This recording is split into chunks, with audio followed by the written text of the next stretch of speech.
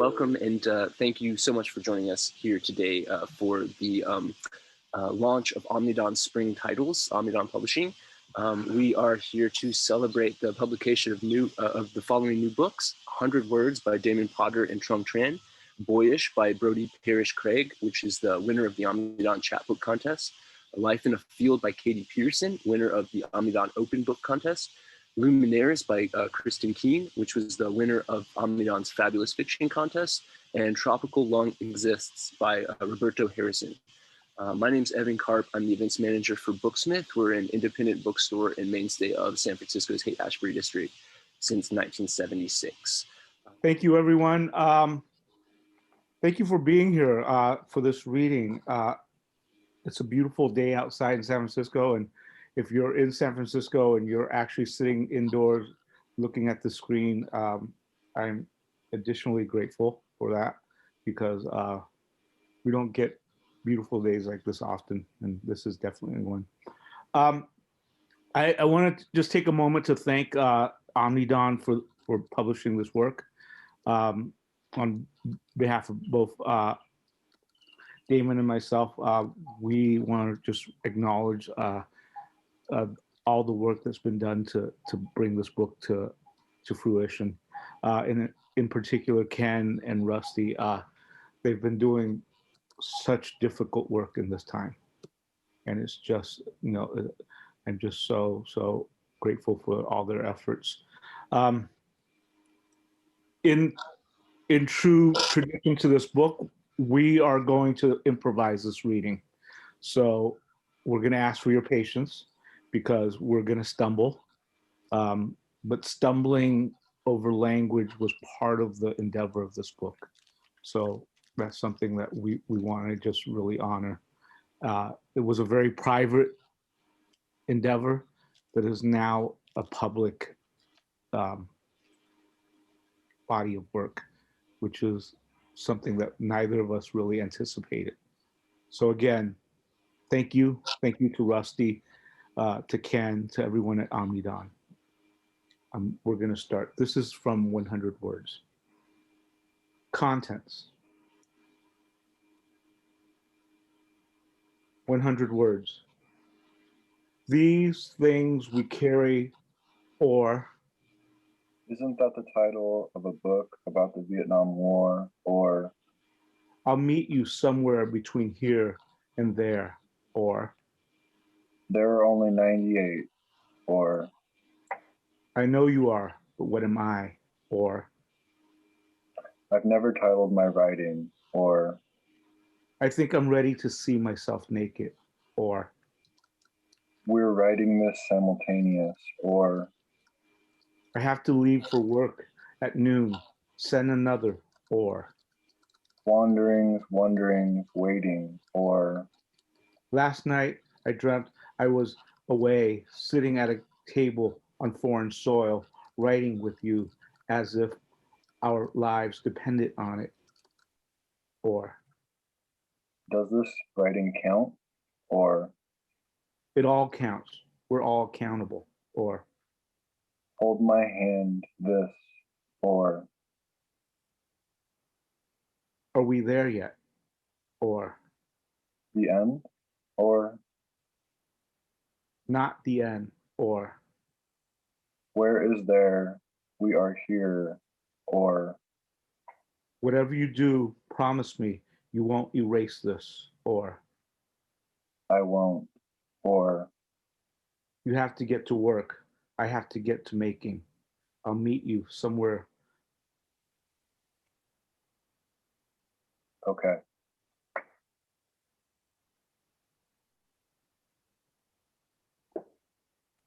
Page 13, proximity.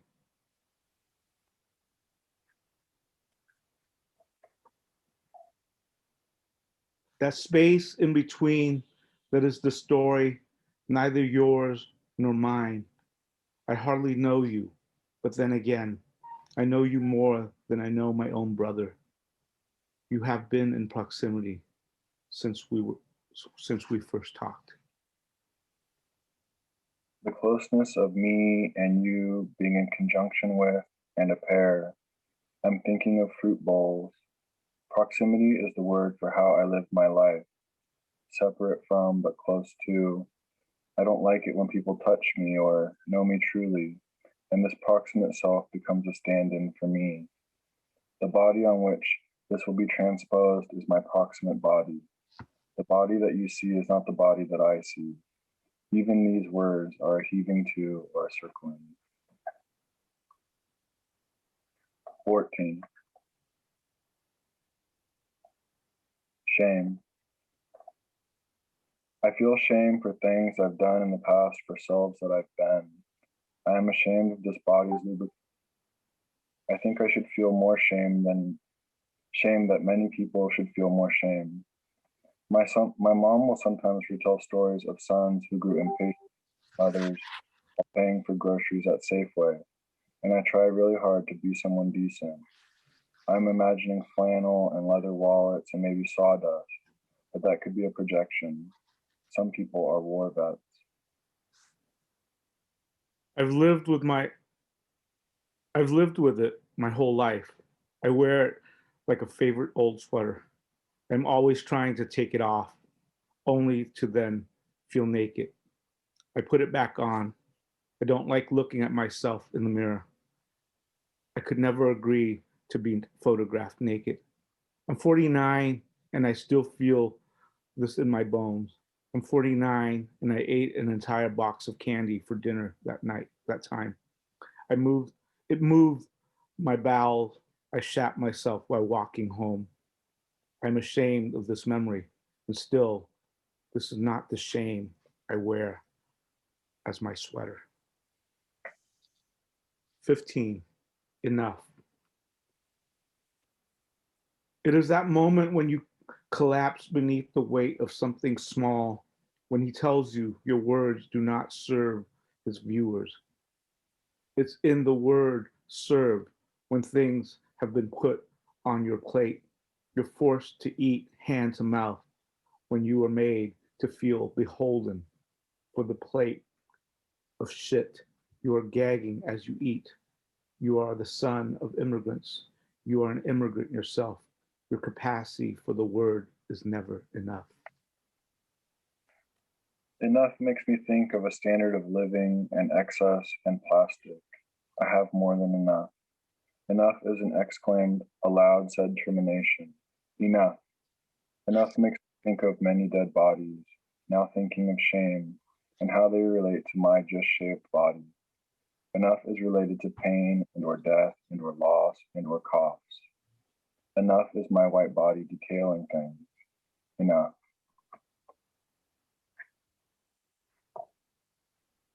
58.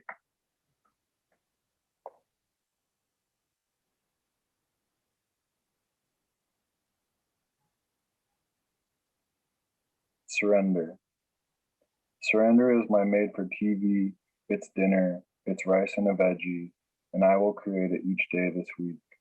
Surrender is Bobby, who's laying here with me. He's stuck in this big room. He didn't choose it.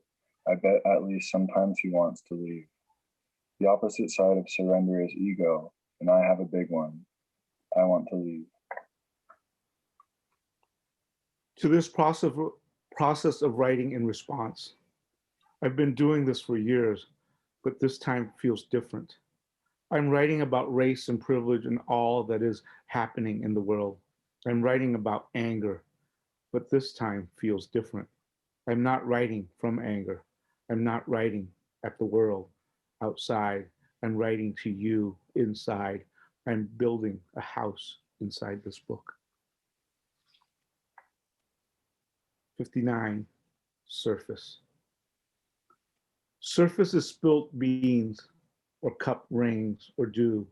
Surface is what all people are seeing. They're skimming these words on my naked body, these glass and design and people between us. White surface is that thing the entire world sees, which can make it true of me.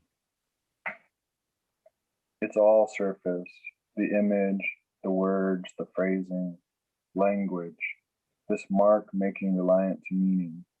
I once saw a movie about a writer ignored by her world until she wrote her stories on the bodies of her lovers. Transferred and transcripted, her words moved from one surface to another. Such is your body, such are these words. I am left to wonder what will be left beneath the surface.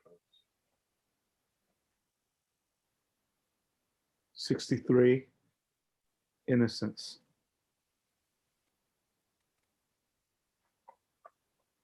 In a way, we cannot talk of this without talking of its loss. Can a 2-year-old child lose her innocence when she is taken from her parents? Can I lose my innocence in the act of writing? Can we take it upon ourselves to change the meaning as we see fit? All this to say, I do not see you as defined as naive. Hopeful is a word that comes to mind, worth sharing, worth making of this, worth daring. Innocent me, people see me as the newly formed leaves on Douglas trees. People see me and know I'm naive. I have been called this all of my life, which is confusing. I've cut my arm and done work as labor, grunting, my hands hurt, and then I remember, I am naive, I haven't done much, or that many things, that I am a house cat, sunbathing days, eating my yogurt in the hot sun.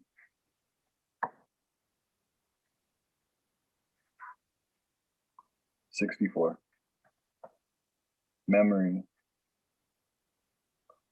I can see Josh's face when we were little. We'd run through the house and I'd punch his shoulder, or we played games with all of the neighbors.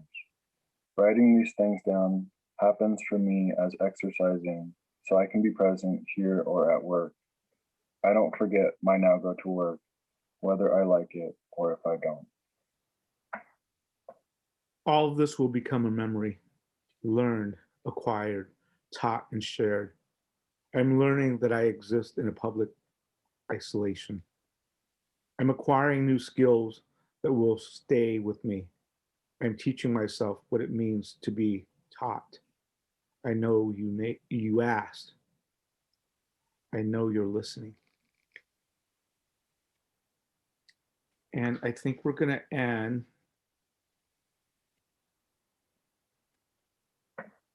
with privilege. Which page? Page 70. Okay. I was sitting in a room writing a letter to an editor who did me wrong by way of his choices. I was accusing him of whiteness. I was pointing out my existence in proximity to his. Outside my window, a man was yelling at another man. He was staking claim to his street corner. That afternoon, I was telling you the story. I was questioning who it is that gets to say, the who that gets to claim what, when, where.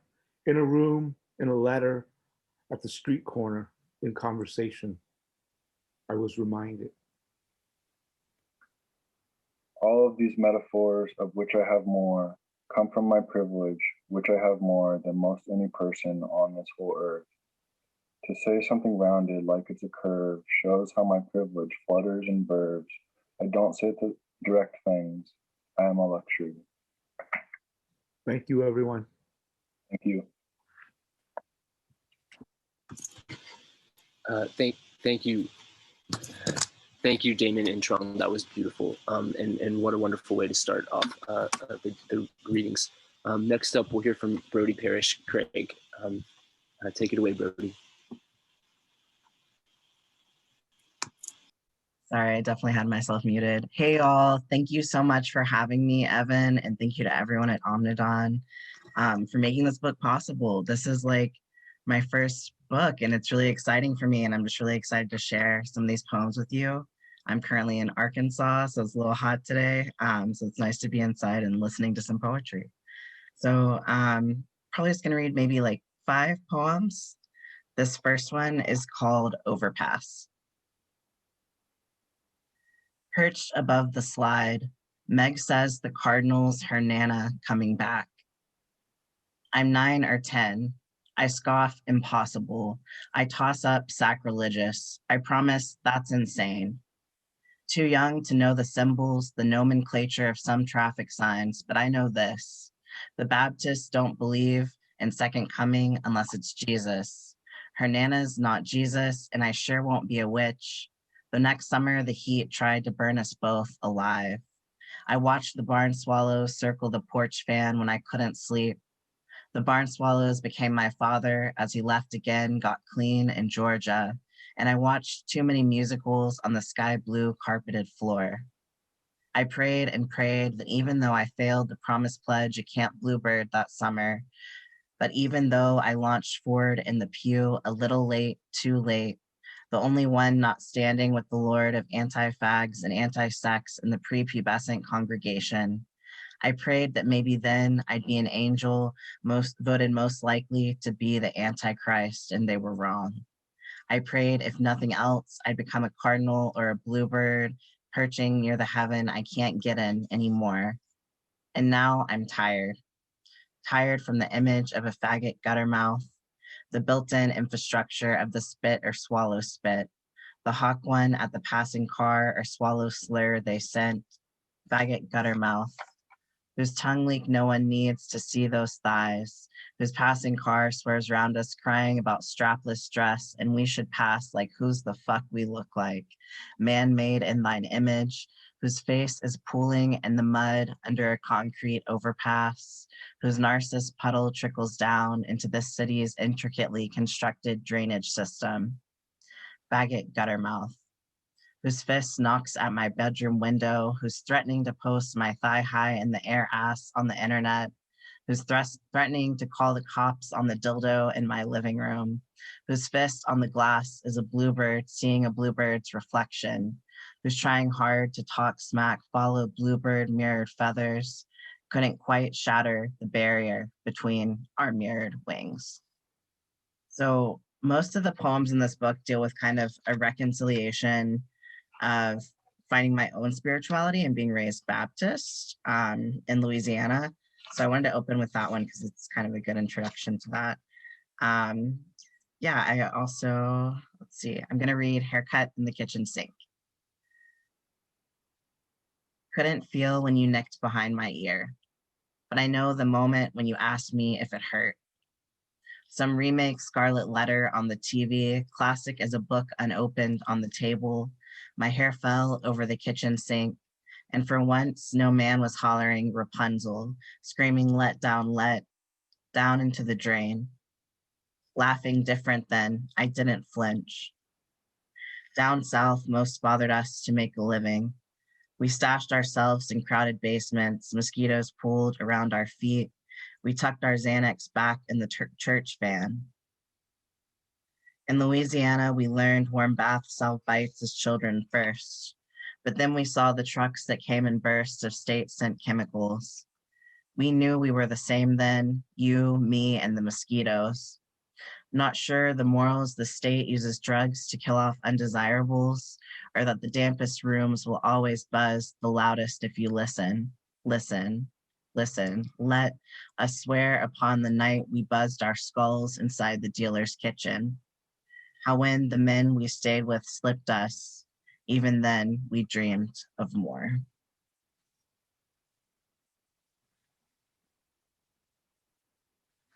Untrimmed sonnet with excess sugar. Alone, men can't get by on bread and biblical illusion. Mary didn't know that God's a fag, so be it. Dust to dust on back robes, where gravel clouds the wheels, the windows caked with manhood's image hum home on the range of mountains churned beneath the tires lifted as thine eyes, and a forest chapel crumbs of Gretel's longing in the stereo. Where's home? Her brother knows the witch I caked mascara on my masculine. Their lashes are what I mean is fairy. Jesus told me, saying, now go tell it on the mountain. Or what I mean is Hansel licked each finger, kissed clean the corners of my mouth, go tell it. Another verse we reckoned no one sing, we'd leave unseen. And then we burnt the sugar or scalded milk. We locked something inside the oven. If I scraped the black bits off my heart for presentation, Lord, forgive me for. not knowing what's too hot to taste, to touch.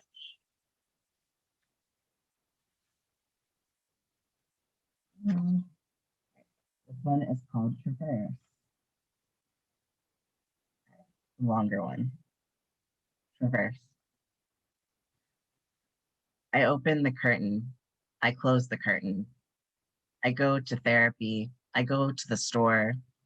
I fill the intake forms in purple gel pen to make it through the inventories.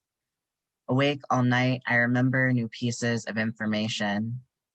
I buy a rod to assist in opening and closing the curtain. I look outside the window. Call me angel, call me dust. I am a dime bag minnow, something silver, sinking in the body of the river, change. The men we carry in our hips who carry us downstream and skim the skin.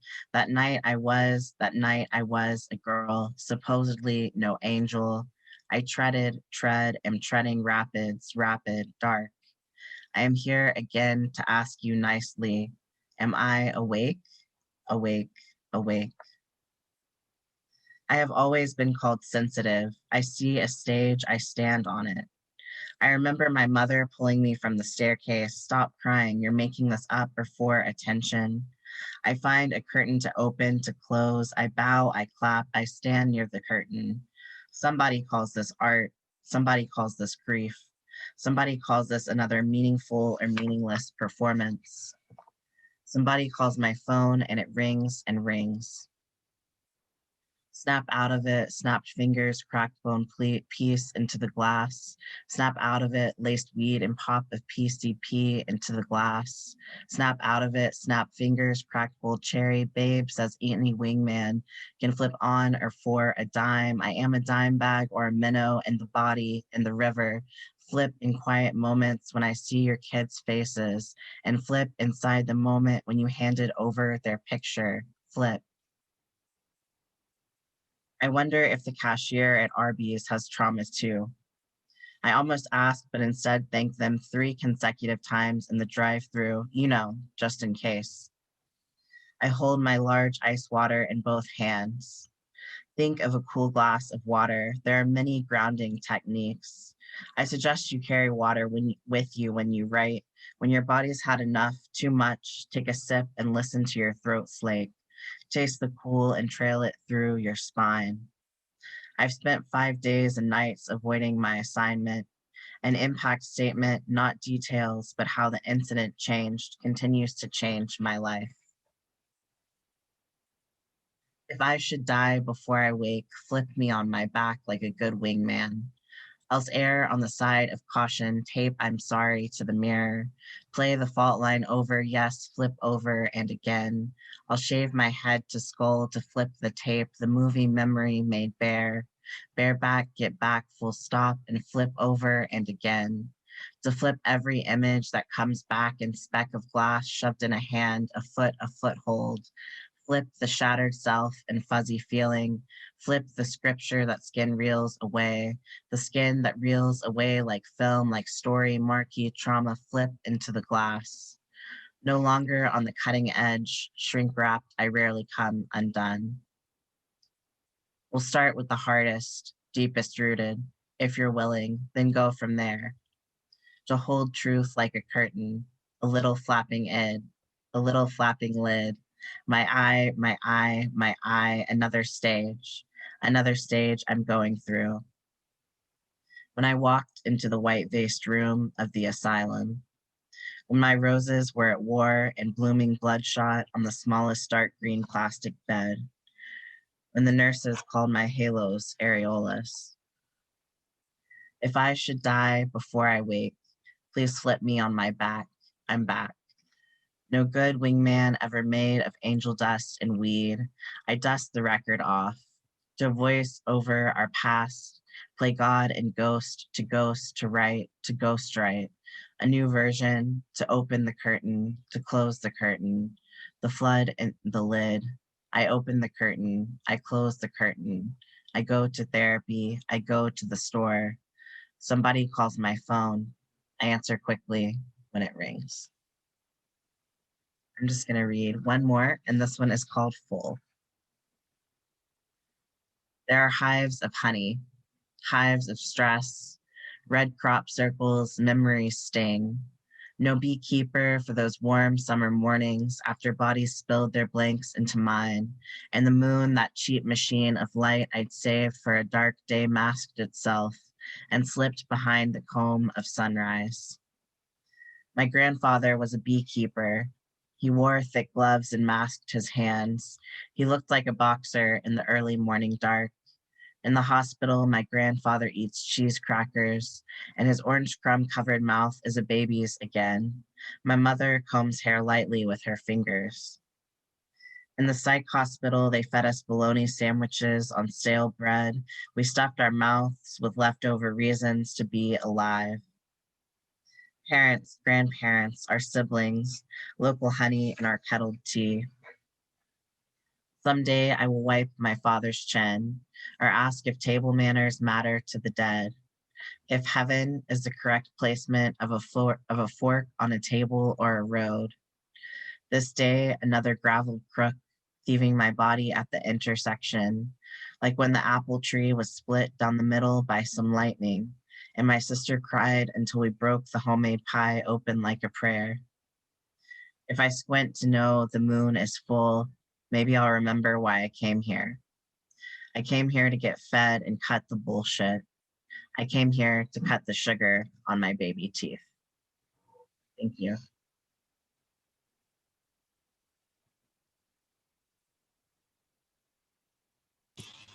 Thank you, Brody. That was wonderful. Congratulations on your first book. Love Omnidawn, you guys. Next up, we have Katie Peterson. Katie, take it away. Thanks for being here and congratulations. Hi, everyone. I'm Katie Peterson. I want to thank Ken and Rusty for publishing this book. I want to thank Rachel Zucker for choosing it. And I want to thank these wonderful poets and Evan Karp at Booksmith for having this reading. This is a great afternoon. This is my partner, Young Soo. He's my collaborator on this book. He did the photos and helped arrange them. And he wrote something to introduce the book for you today. Hi, everyone.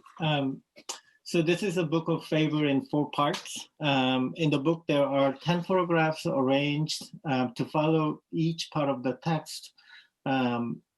These are selected from a larger body of work interacting with Katie's story that comes out of our collective experience of traveling together and living in the world.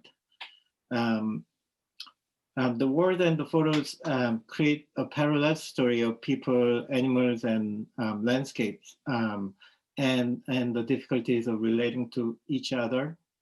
To me, what's meaningful in the collaboration is the intimacy and also the distance that this relationship suggests. And it's not about reconciling, but to continue to live with all the difficulties that the relationship brings us, just like a marriage. Thank you. I want to read from a section early in the book and then from a section later in the book. And I'll read the early section first. And I think something to know if you're interested in the book is, though it's a narrative, I think of it almost like a spiral. You could start anywhere and move through the book in lots of different directions. In this story, there is a girl and there is a donkey. The girl approaches the donkey because the girl has something to say. What is it?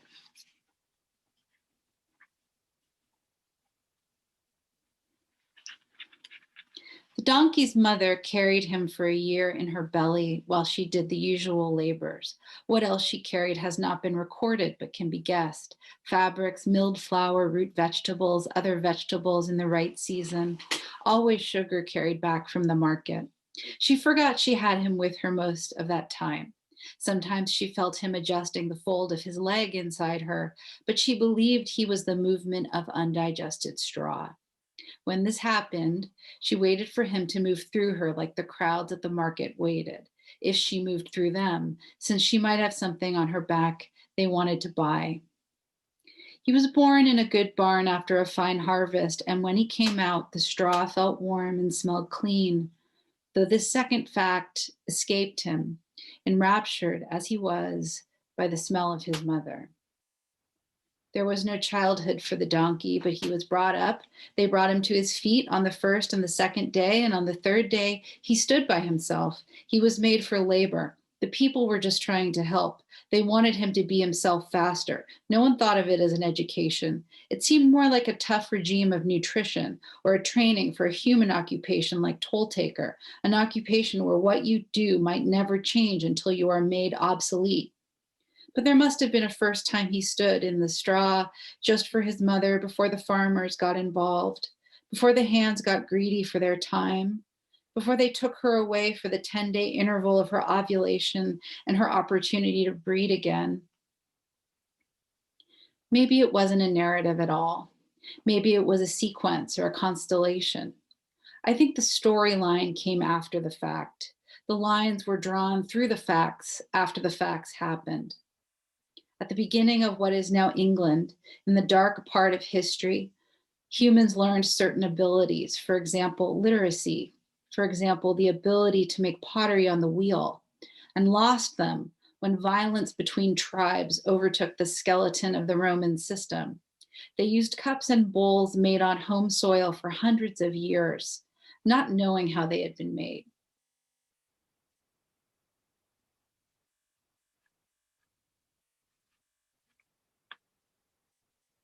The difference between poetry and its opposite is the difference between sadness and astonishment. The difference between poetry and astonishment is the difference between sadness and its opposite. The difference between a sad event and an astonished person has something to do with citizenship. The girl has shifted her position. She's trying not to scare the donkey. She's trying to get closer to the tuft of white inside his ear. Has she put her arms around him already? And is this actually a friendly denouement? Or has their alliance not been secured yet? And does this dance still dovetail with courtship? It seems he receives her words first as warmth, then as breath and sweat.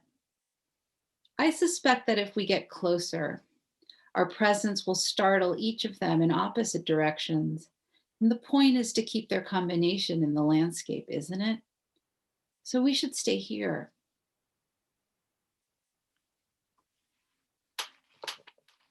So the second part I want to read comes from the last couple of sections of the book. And something about this book, since it's a collaboration with a photographer, is there's a quality of it that it's pretty much, as there is with all of these wonderful books, so musical on the page and off, there's a quality of this book that's impossible to get on Zoom on this medium. So since it's impossible, I thought, why try? Instead, I'm going to show you something else. And the thing I want to do is read part of the third and fourth sections of this book while I share with you a film that Young and I made as part of the collaboration that he mentioned. And so I'm going to screen share and show you the film and then read. And I think part of what you'll see is the story and the images of the book floating over another set, which they don't exactly correspond to. And I hope you enjoy it. The randomness is part of it as well. The randomness is always part of it, right? Let me just make this happen. The girl knew if she put her arms out, the donkey would not know what to do with them. The girl's voice enters the donkey, not her tongue. Civilization should take a page from this. Each and every last man should take a page from this. And she does not sing, and her breasts are not outlined by her light summer dress. She's wearing a mechanic's jumpsuit with her name stitched on it in script. She's not wearing a black lace brassiere underneath. Everything she has, she's been given by her mother. Her town might be the last one without a store, but the other towns aren't telling. Clothes in her town are like flowers in a tropical country. Everyone gets enough. No one wants too many because they're always around, always there, really. A top hat on a haystack, a lace petticoat draped over a fence, a t-shirt from a national park found at the edge of the forest. The firefighters in her town are never overworked until the end of the season. I wanted to let go of sugar and eat everything else. I estranged myself from bread. Enough eating Christmas for this bloodstream, enough celebration for this liver, enough appetite. I looked for something else. I would have done anything. This is the nature of a bargain. You would do anything, and then you are asked to do a specific thing you do not wish to do. This is the difference between me and the donkey, whose opposite I am. The donkey doesn't want to do anything but eat.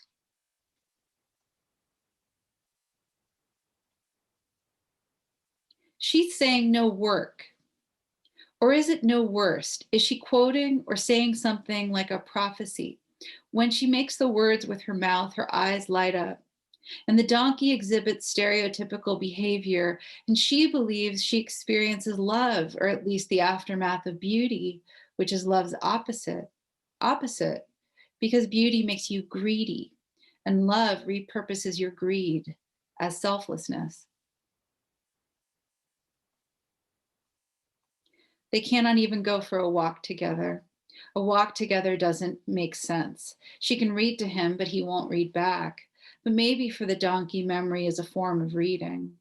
When she touches his neck, he remembers that another good person did so. He puts together then with his imagination, a la Ignatius Loyola, the original scene of goodness. The original scene of goodness is a person taking mercy on a donkey as his mother was led away to another field. A human who knew enough to say sorry and maybe draw his or her hand along the neck to indicate to the young donkey, a child, that warmness still existed in the world. The original scene of goodness involves a stranger. The original scene of goodness isn't a family. Money isn't hidden from the original scene of goodness, but there's also another currency. Years after the scene in question, someone with only her best interests at heart, someone so skilled in language that she made her living that way, someone with an office in the trees, someone with a sunny disposition still capable of enduring cold weather, asked the girl, when you were little, what kind of a man did you think you were going to marry? And she said, I never thought of that.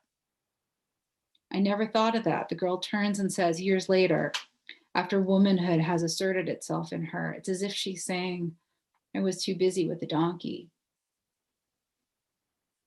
Since the girl and the donkey are friends, they must have examined each other. They must have seen each other's bodies. Their differences when they examined each other, however, went unexplored. Rain, snow, the curses of the old, the laughter of the young. The world went on because a current of love secretly makes the world go on. Picnic in the one dry spot on the wet field. Point out the flowers to each other. Deny the existence of anything other than a perfect summer. The donkey baby had no name. Once born, he had less than that, a name bestowed out of just enough care. A name must worry in excess about its own appropriateness in order to truly count. To name someone himself, to donkey, a donkey has an apt simplicity but isn't anything, really. On the other hand, to name a girl means a girl must appear. For instance, if you were to name a girl Francesca Joy, if that was the name you might choose, you might imagine lace in her future, but you wouldn't doubt her nerve. If you were to name her Emily, you might imagine the lace to take a more geometric shape. In any scene on the beach, Emily would run. To go back to Francesca Joy for a minute, you might doubt she was a runner. So let us name her Emily instead, and maybe the joy can be implied. Let us not gild the lily. Our first try tried too hard.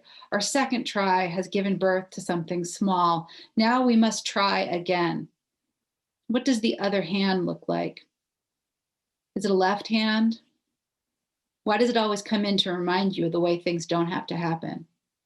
Is there a way things don't have to happen? After all, what is a girl if no young man appears? Happy.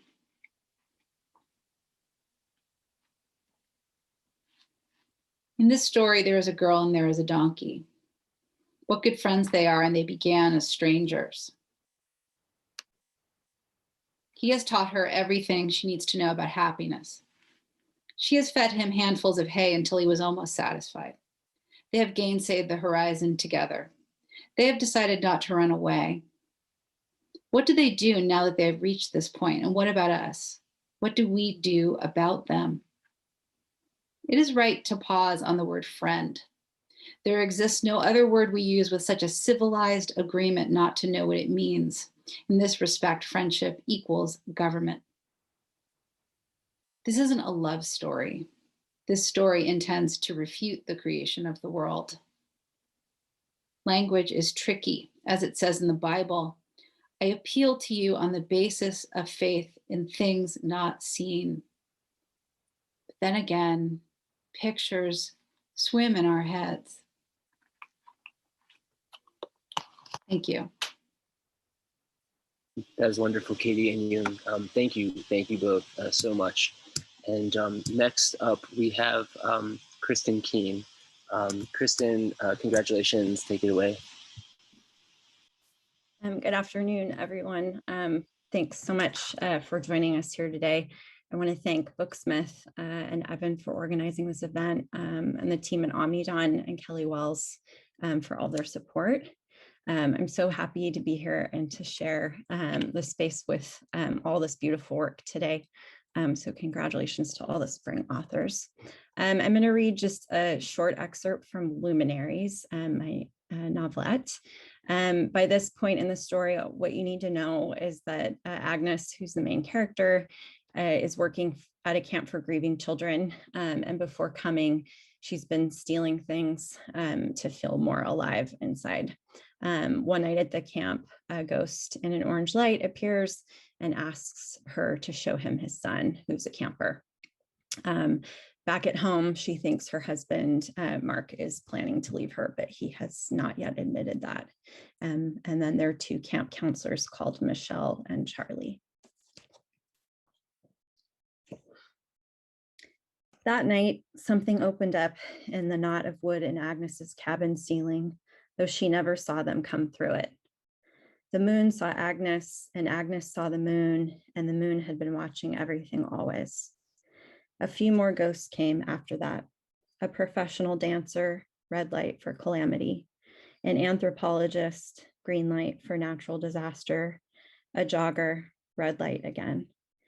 Yellow for a hole and a woman clean but wide enough for Agnes to look into and wonder what had once been on the other side. Day by day, more arrived for her. She led them to their children and pointed through the windows or bush brambles, stood face to face with them, her eyes on their eyes, the ghost's eyes on their children's. Agnes became whole again, bit by bit, each spirit a gift bringing a need only she could fill. The dead were rehabilitating her as she gave them away to see their children again. And the weight of the things she had stolen, the spoons and eggs of pantyhose, the pack of mechanical pencils, the handfuls of caramels and kitchen sponges, each fell off as the aliveness the ghost gave her replaced the feelings all the taken things had once offered her. She was giving them their children back. And she wasn't even missing the stealing anymore. Over the next week, the garden Agnes inherited to manage came in. Beanstalks and pumpkins and heirloom tomatoes and watermelons swelled and lengthened under the summer sun. She pulled the rough stems from the ground, shook the dirt off, and showed the children how to harvest snap peas. At night, she showed the ghosts where their children had stood, the stalks they fingered and twisted from the earth.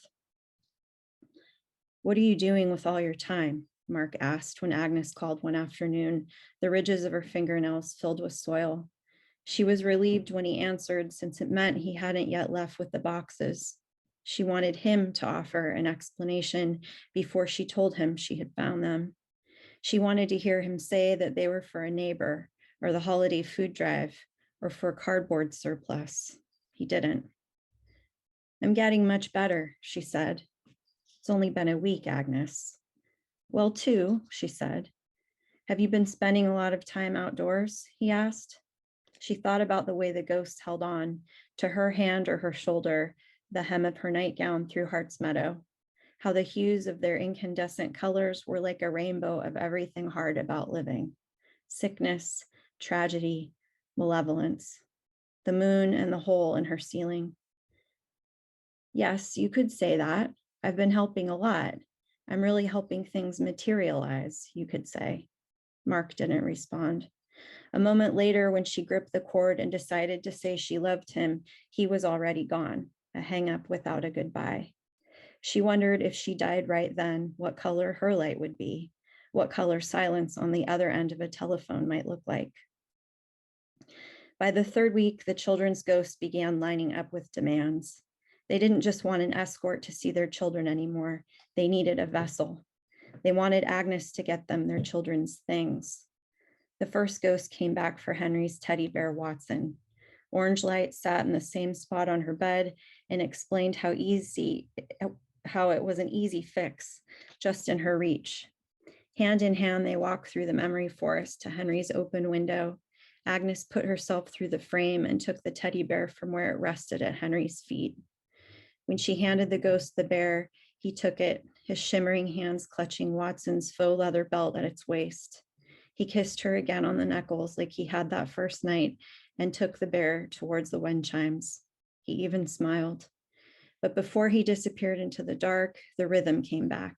Agnes's insides became a kettle drum as soon as she had put her hands on the bear, even though she didn't want them to.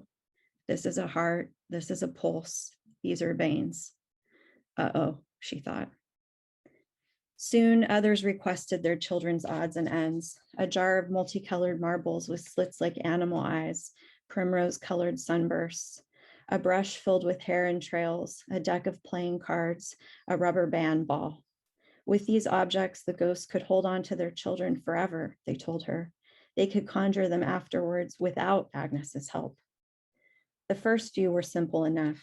She met the rush of the take, and it met her as usual. The ghost told her secrets, took her hand into their not hand, and made her feel needed.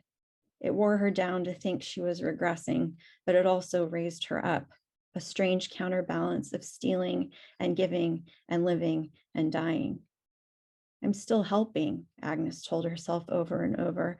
I'm not even keeping these things for myself. There was no bag, no tough shed. She was just a woman lighting the night with the colors of the dead, even though the tingle of her forehead wasn't the same. The sensations of her eyebrows had begun lacking feeling again. Taking things wasn't zipping across her body in the same way it had before the camp.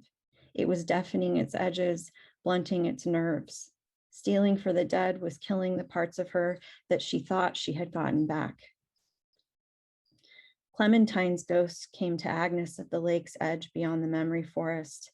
By the time it was too dark to see the golden twilight the brochure had promised.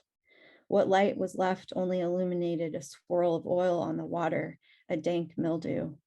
The first pitch of a cricket cast itself into the air, and Agnes pulled her knit sweater around her arms to study against a damp fence post. A nest of flies circled a rotting lily pad. There was a rustle in a nearby collection of trees and then a hush. As she walked closer, she heard the laughter of a woman and then saw there between the branches, Michelle straddling Charlie, a corner of plaid blanket below her foot. Her shirt was undone, as was his, a crescent of a breast top revealed as she bent over to press her lips against his mouth. A dewy spider web connected two branches. Agnes knew if she didn't move, they would keep going, but then her foot went too far, smashing itself against a rough leaf, the snap of firecracker. Charlie and Michelle shot out the other side of the circle, running in separate directions away from her, the blanket left covered in bits of earth. The sun drifted out of the sky, and all she saw through the spaces between the treetops were variant shades of sorbet smeared into a sunset. Agnes pulled the branches apart from where she stood and came down onto her knees, lying on her back in the place on the blanket she had found them. She closed her eyes and tried imagining what it would feel like to have someone over her, pressing her down into the earth so that she couldn't drift away. But all she could think about were the elevators and lipstick and Mark's cardboard boxes. But then a new face came over her face in the opposite direction. purple light, cancer. A woman with sunken eyes lingered on Agnes's. Hello, Agnes said. It wasn't how anyone thought it would go, the woman explained. You can't haunt a person you love that much the way you hope you might, but touching their things made it feel like they were still with them. The woman said dreams changed when you died. It was hard to explain now, though, what exactly they were made of. Nothing ever new, she said. No abstractions, only clear memories on repeat loops. Clear as day, every single one of them, she said. No one ever tells you that until you're on the other side. She wanted her daughter Clementine's stones. But she loves those rocks, Agnes said, sitting upright, adjusting her eyes again to the dead. There were costs and there were benefits, the woman said. Agnes was her only chance. Agnes thought about the stones, and there was a tug inside her, but it was the wrong kind. She had a thing going where she got to take and she got to give. The rocks were different.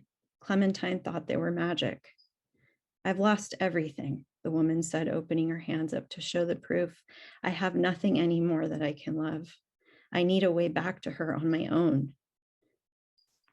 Everyone knew Clementine kept the stones in the pocket of her overalls or sweatshirt. They were always easy for her to get to.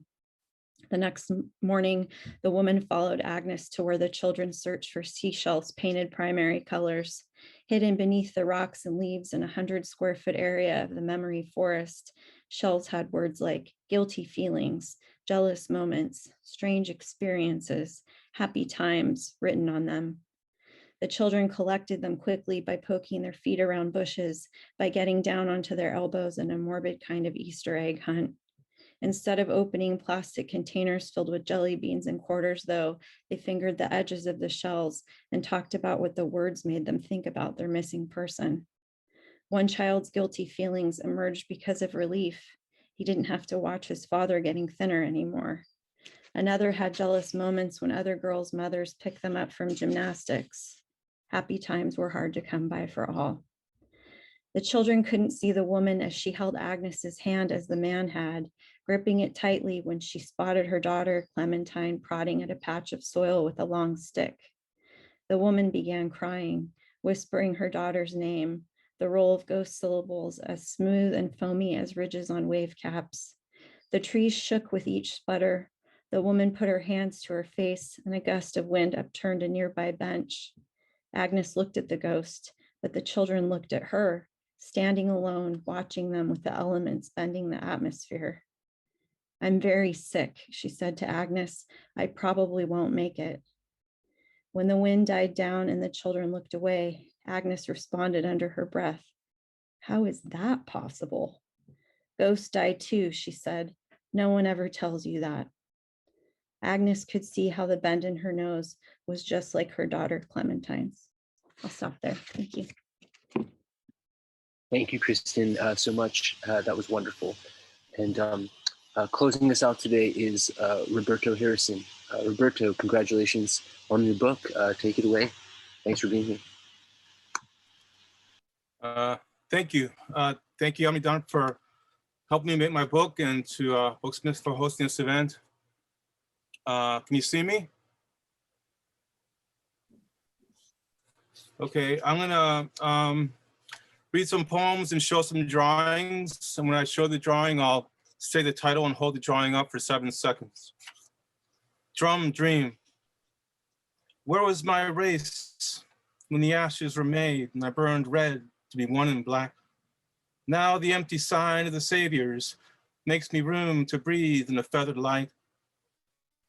The bow of refuge strengthens the deer of my body, and I sing with Panama as my home in the darkness. Other songs make it to my dreams. The drum pulls the lights together with revealing names of the rocks. I listen to the fish and hear the guitar lead decay in another long song. The quiet hears my mute bodies as we collapse again with the drum. They know as I have seen my pages meet them in the circle as they teach me the songs of survival and the electric escapes. I sing with them past apocalypse to be known by their animas, invisible in the invisible woodland, as I migrate through 7 and reside as an ash to the braided earth. absolute as separation. No person by object. The snow is mapped now as the pulse of the world multiplies. The animals return to the shadows through the light, as my geometric climate pattern holds the dirt in the down of the birds. The gadget of springtime moves as the string divides the national foam into segmented parts of the sea, a single room by the door as a skeletal seven to remember the body's circular interiors, and the whispers dissolve with the trail and the river's stories. As the dance of the season describe what escapes by the sharpened erasures of soil.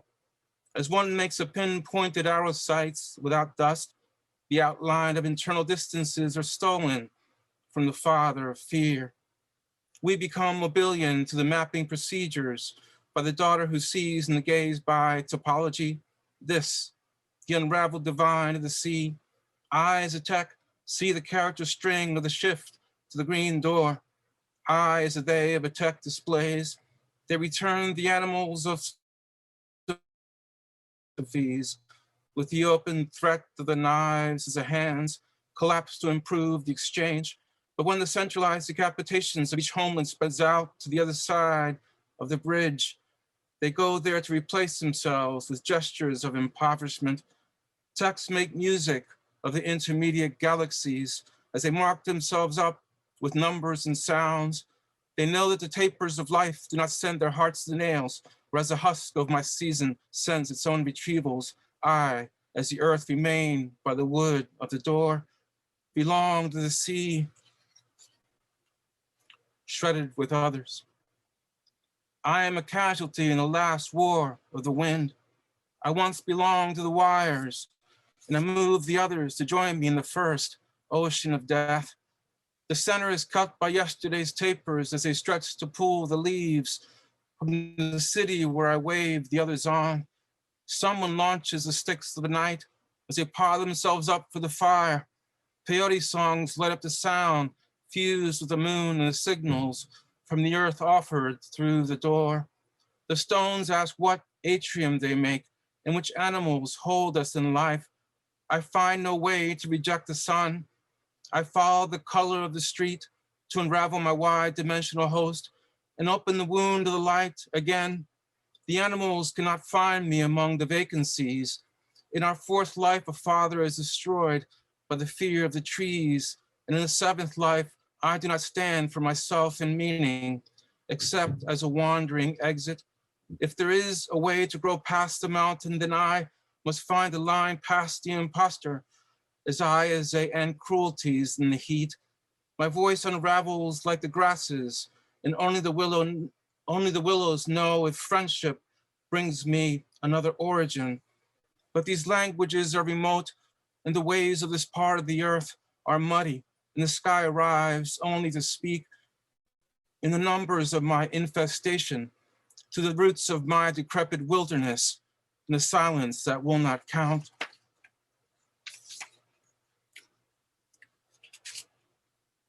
Animal mathematics from Mabilla.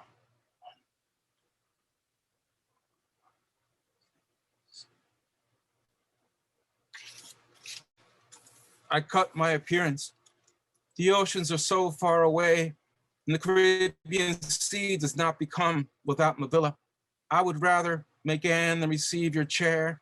To plant the extinction of the lake, nothing moves as the animals disappear from my wounds and enter the host of all error.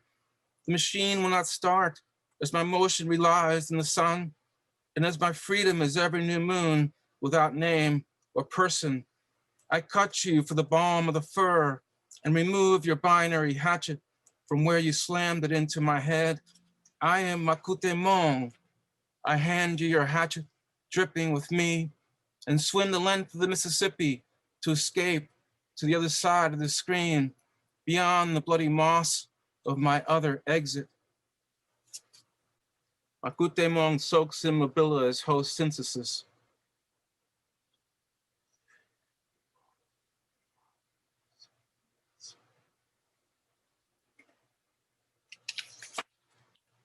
Death's rodeo.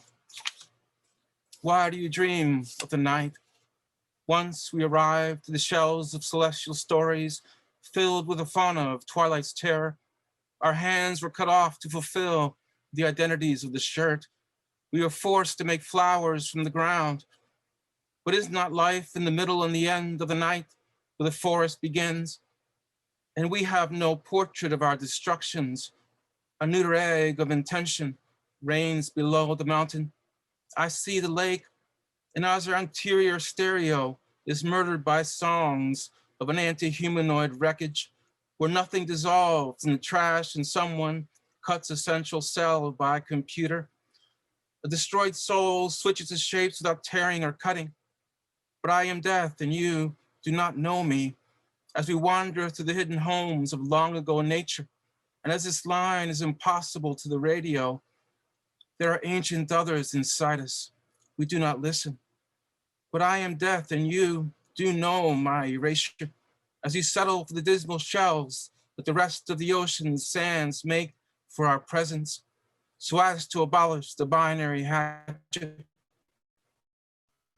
And I am but death, as Makute Mon survives us to drown the imposters in the blood clot of her origins. And as to Mabilla, where is life? We are not humanoid. I am the zero. Nothing happens without me. You are the counter of a spiraling history. This is the start of our apparition. Eclipsed by vacancy.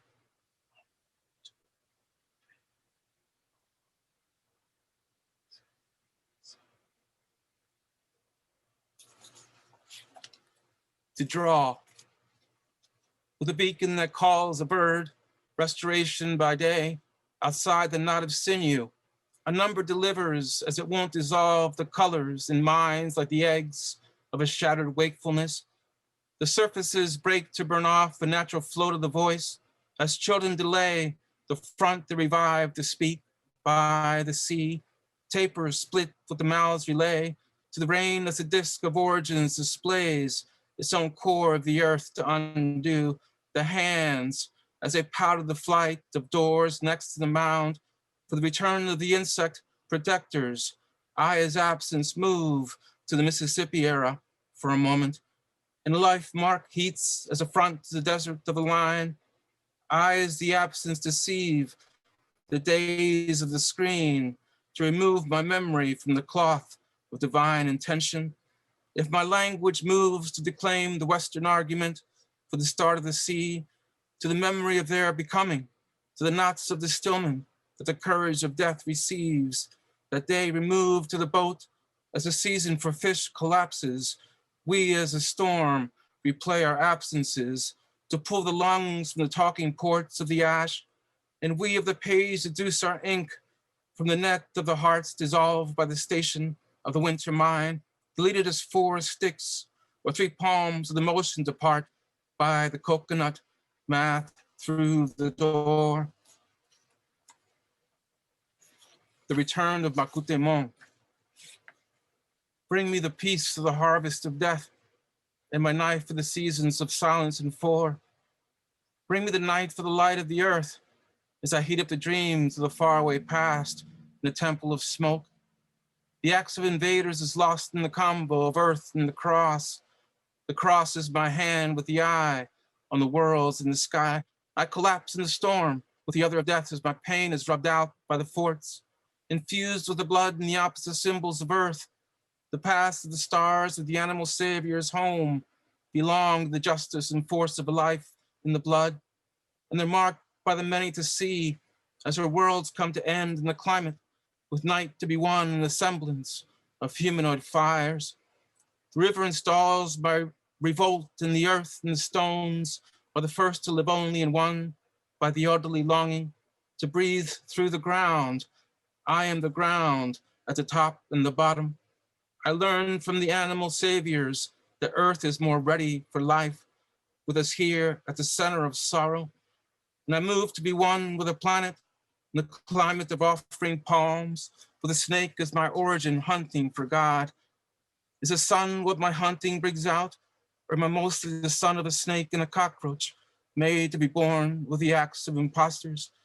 The axe splits my head to make obsolete thought, a launch for my first mind in motion, a first from all colors of birth, and a first for the worlds of devotion. Makute Mong pulls out the axe from his head and makes us whole in the water.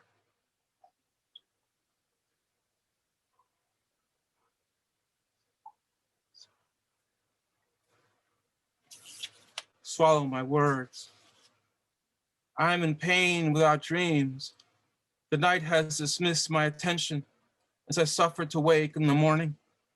Will the future be sorrow, more pain, or disaster? I try as a person to dwell as a forest and move to the wounds of the music of ferns. My friends do not know me. Our talks are like arrows forgotten of feathers, pushing the fire. The axe in my head that I gave you makes seeds for the melting of glaciers and muskox survival, with bitterness made into snow. The priests are enamored with vacancy smiles in the streets as they pray with the smoke I invented. Their letters are fit for the earthquake and thunder and sleep as we work to expel the alignments of terror to come. The past in the shadows of infinite knowledge removes every muteness and strengthens the ignorance made to compel us to see. But what of the pain of the morning and what comes tomorrow? A reckoning, just as the horrors of genocide rise in the earth. For the sun, I am as old as the sun, Father. I come before light. With indelible darkness and new weather inside, I sing every song to the whole of the night, and I soothe the transcendence from two into imminent clusters with worlds of the cubit, to cut to the desperate ends of a people made hard by the seeds of the mystery held in the earth. They bloom through these words made of blood. They make oceans to offer, with symbols of knotted up hay and the signs made of straw.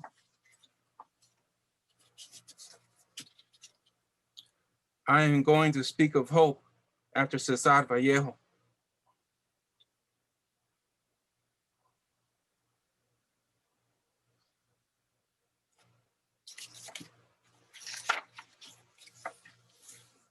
Without hope, each of the planets of exterior lies for the circle of form, with animals on the hunt for the future, in the embrace of the warmth of the fire, move with the sea. But I am not linked to the interior, because we move without light, without a place in your eyes. I am gone with the mounds, and my mind dissolves the ghost of the loss of the word. Someone once died without voices, and the silence they leave is my door for expression. I was trapped by the white in the sets of endurance, and each of these songs is protected to see by the river. My path for relays every night to the book, and she is the mark of my solitude placed to devour in the night every catch of the day. Light has no place to dissolve the lost child. It appears like the lessons of service, and the news will not stop with the ember of night. Our motion retreats to endure the invisible hosts of collapse. I cannot see through the wind. My poems have gone for her here in the darkness, as I was not won by the answer of love.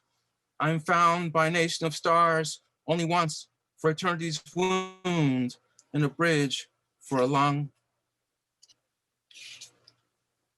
Becoming a jaguar person.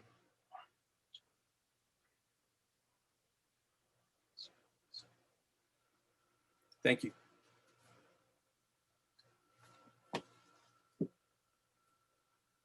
Oh, wow, Roberto, that was incredible. Thank you so much. And thank you to all of the authors. I hope that you all tuned in, have really enjoyed today's readings as much as I have. I want to thank you for being here and just to congratulate Damon and Truong, Brody, Kate, Kristin, and Roberto all on your books. And if you haven't gotten the books yet, I hope you click through. You can order them each directly from Booksmith beneath the video. Omnidawn always serves the best readings. I want to thank Rusty and Ken and everyone at Omnidawn for their tireless, crucial work. You should check out omnidawn.com, see what they're up to, perhaps send in some of your manuscripts, you guys. I'm very happy that Rusty is here and would like to say a few words to you all as well. So I'm going to turn things over to Rusty here in just a moment. Thank you guys all so much for being here. Please check out booksmith.com to join us for some other events in the near future. Looks like Rusty is here. Rusty, I'll turn it over to you. What a wonderful event. I am virtually speechless, but I will, because I am speaking for both Ken and me, who can't be here because of some illness that he's recovering from, but he asked me to communicate his love, my love, to Evan, to all of these authors. These are perfect examples of the eclectic and variations of the most important work being read and being written today, I think. Of course, you know, we publish them, but it is a tremendous honor because that's what Omnidawn is it's books. What else are we?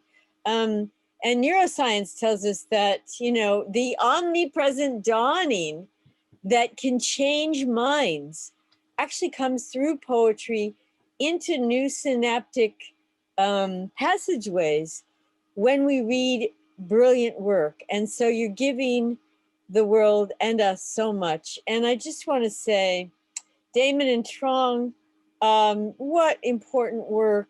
So gorgeous the way your candor and your lyricism and your truth-telling comes through.